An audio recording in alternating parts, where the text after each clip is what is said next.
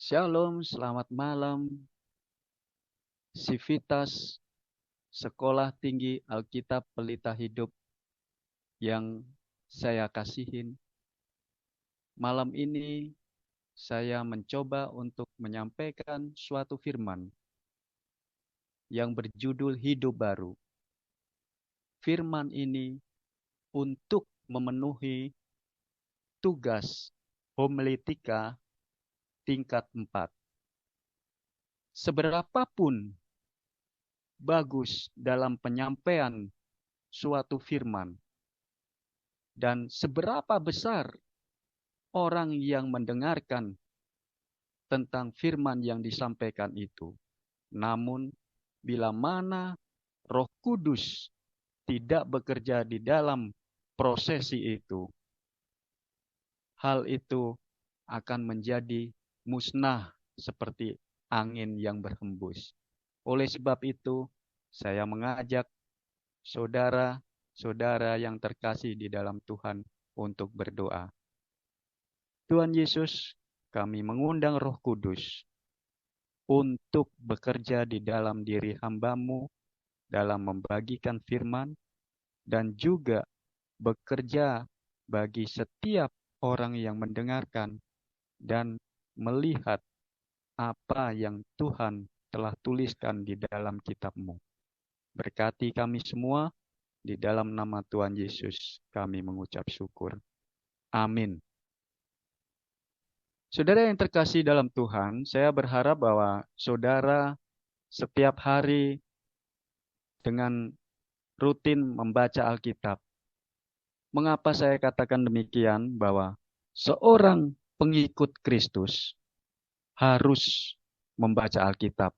Karena Alkitab bagi kita semua, khususnya bagi saya, adalah jawaban-jawaban dari setiap persoalan yang sedang saya hadapi. Mungkin saya akan mengalami satu kondisi yang sedang bimbang, di mana Tuhan kuatkan di dalam pergumulan saya melalui firman-Nya yang ajaib itu, untuk teguh di dalam proses kehidupan yang saya alami. Saudara yang terkasih, kalau kita berbicara tentang hidup baru, ada lawannya, yaitu hidup lama. Apa hidup lama itu? Satu, hidup lama adalah hidup di luar Kristus. Dan yang kedua, bahwa orang itu sudah di dalam Kristus, namun masih hidup mengikuti perilaku dagingnya. Di dalam perumpamaan tentang talenta, ada beberapa hal atau ciri-ciri dari hamba yang jahat. Ya, hamba yang dikatakan sebagai hamba yang masih hidup dalam kehidupan lama. Saya akan membaca di dalam Matius 25 ayat 24. Dikatakan di sini bahwa yang B, ayat 24b, Tuhan, aku tahu bahwa Tuhan adalah manusia yang kejam. Saudara perhatikan ini, bahwa ciri-ciri hamba yang jahat, yang pertama adalah dia menyalahkan Tuhan. Hati-hati saudara, mungkin dalam kehidupan kita, secara tidak langsung, kita sudah menyalahkan Tuhan atas kondisi yang terjadi di dalam hidup kita. Di dalam hidup kita masing-masing. Mungkin yang bergumul dengan kesehatan, Tuhan, aku telah setia kepadamu. Aku telah membayar perpuluhan. Aku aktif di dalam pelayanan. Namun, lihat tubuhku. Engkau memberikan penyakit yang tidak kunjung sembuh-sembuh. Bisa itu. Kita katakan demikian. Kita masih menyalahkan Tuhan. Ini ciri-ciri hamba yang jahat. Yang kedua, saya akan membaca di dalam ayat 25. Karena itu aku takut dan pergi menyembunyikan talenta Tuhan. Pada saat Abraham, pada saat Adam dan Hawa jatuh ke dalam dosa, dia malu, pergi, dan sembunyi dari Allah. Inilah ciri-ciri hamba yang jahat. Dia melarikan diri dan sembunyi dari Tuhan. Kenapa harus sembunyi? Kenapa malu? Mungkin kita dengan firman yang disampaikan oleh hambanya di dalam satu perhimpunan komunitas, di dalam gereja, terus ada firman yang menegur diri kita, kita menjadi malas ke gereja. Atau bahkan ada dari kita yang mengatakan bahwa keadaan yang tidak sesuai yang seperti yang kami harapkan, sehingga dapat mengatakan mulai detik ini aku nggak mau menginjakkan kaki di gereja ini. Ya. Apa yang dicatat di dalam Alkitab tentang hamba yang jahat dan malas? Alkitab mencatat jahat itu sombong. Di dalam Amsal 14 ayat 21 dikatakan, siapa menghina sesamanya berbuat dosa. Tetapi berbahagialah orang yang menaruh belas kasihan kepada orang yang menderita. Ciri hamba yang jahat selanjutnya adalah berdusta. Jahat itu juga menumpahkan darah orang yang tidak bersalah. Mungkin kita tidak membunuh, tapi kita bisa membunuh karakter dengan otoritas kita. Saudara yang terkasih dalam Tuhan, hati-hati dengan otoritas yang kita miliki. Mungkin tanpa sengaja kita membunuh karakter anak-anak kita dengan perkataan-perkataan kita. Mungkin juga kita membunuh karakter saudara kita dengan perilaku atau ucapan yang keluar dari mulut kita. Berhati-hatilah, jahat itu menumpahkan darah orang yang tidak bersalah.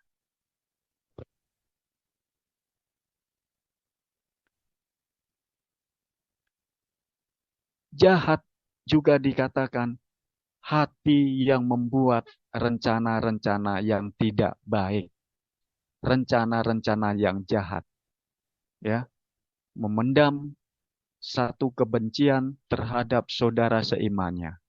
Itu merupakan juga merancang rencana-rencana jahat bagi saudara. Kemudian, jahat itu juga membuat hal yang menimbulkan pertengkaran dengan saudara. Lukas 11 ayat 23 dikatakan, siapa tidak bersama aku, ia melawan aku. Dan siapa tidak mengumpulkan bersama aku, ia mencerai-beraikannya.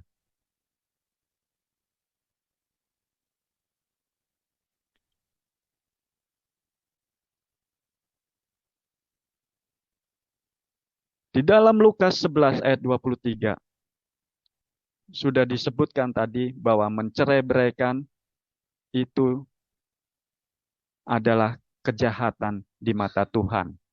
Dan kemudian hamba yang jahat dan juga malas. Apa yang dikatakan sebagai hamba yang malas di dalam Alkitab?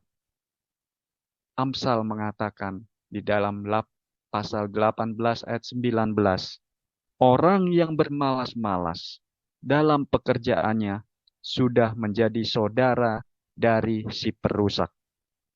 Itulah hidup yang lama. Roma 6 ayat 6 mengatakan, karena kita tahu bahwa manusia lama kita telah turut disalibkan, supaya tubuh dosa kita hilang kuasanya, agar jangan kita menghambakan diri lagi kepada dosa. Roma 6 ayat 4 dikatakan, dengan demikian kita telah dikuburkan bersama-sama dengan Dia oleh baptisan dalam kematian. Supaya apa?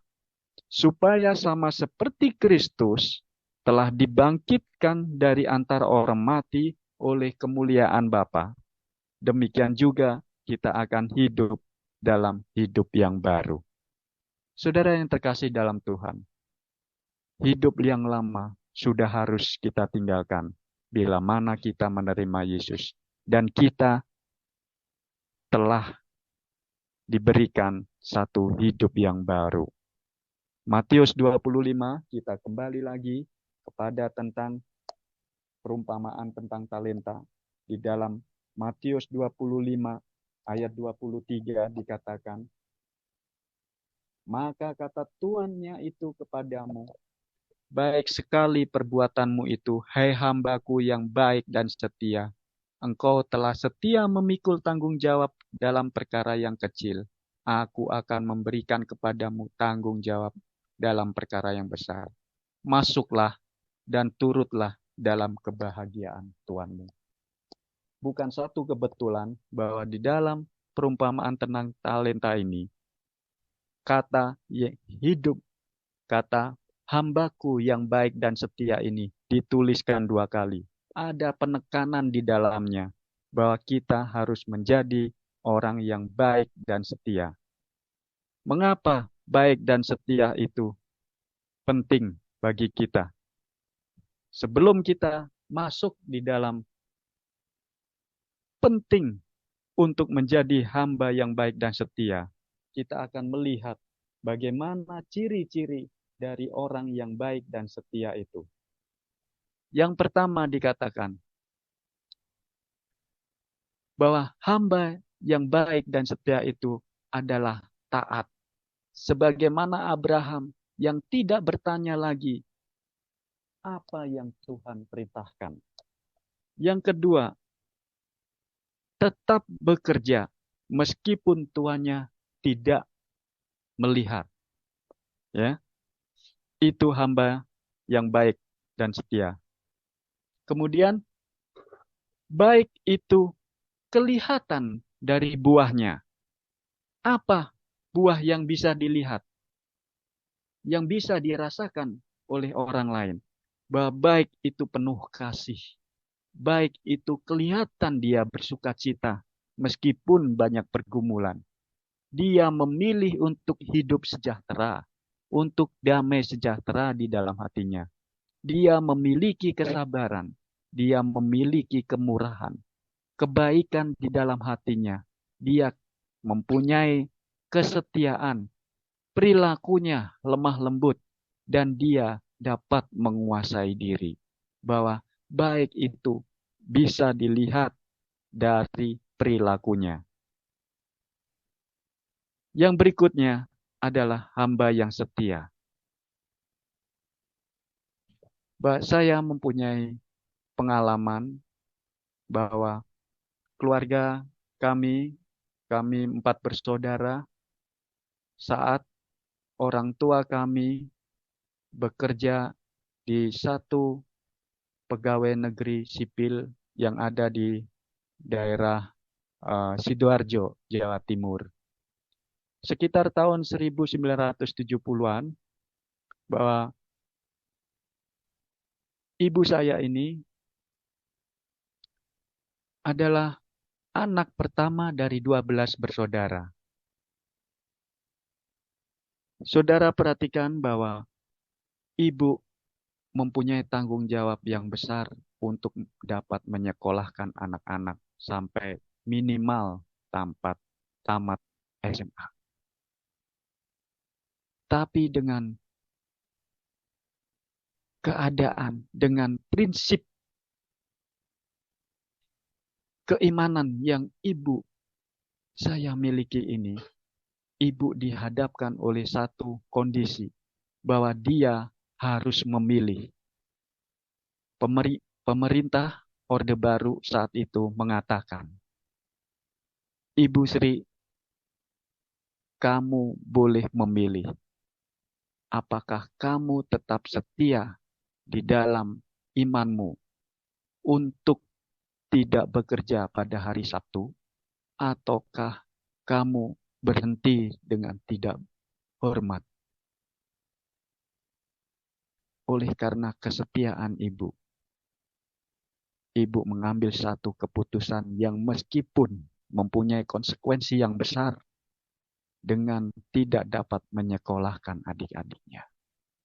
Namun dengan iman yang dia miliki, ibu mengambil satu keputusan meskipun berat, namun harus dilakukan karena kesetiaan terhadap Tuhan itu melebihi segala apapun.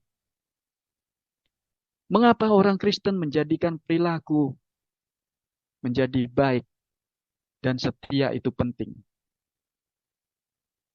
Penting manakala kita mengingat bagaimana Yesus berdoa dengan meneteskan peluh darah untuk menanggung dosa kita.